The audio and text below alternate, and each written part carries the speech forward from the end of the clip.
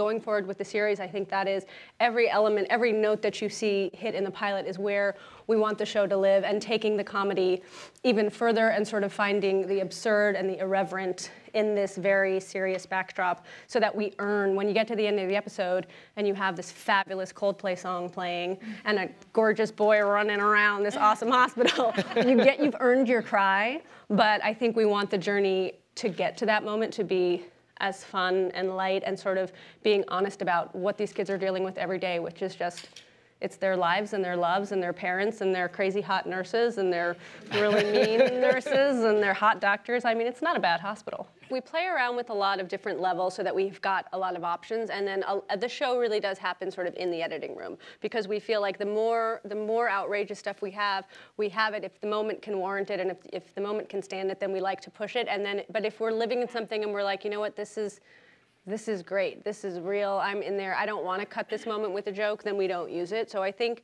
it's all about, I was talking to someone earlier about, obviously, I think there's going to be some fault in our starsiness coming back at us. And for me, when I read that book, the storyline that is the most applicable to our show is the kid who's losing his vision, and all he's talking about is his girlfriend dumped him.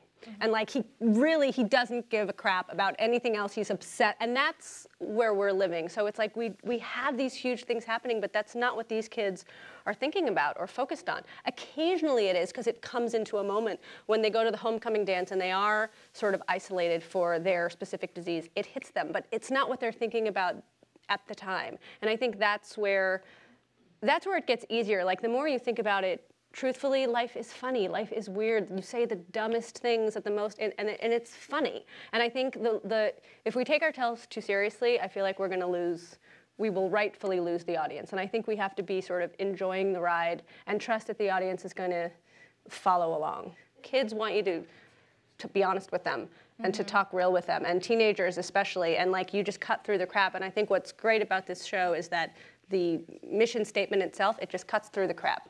Yep. And it's like, you can't treat me like a 16-year-old, because I might only be making it to 18, so let's get real. And it's sort of, and I think that's what they're responding to, the honesty. Mortality is the new immortality. Yeah.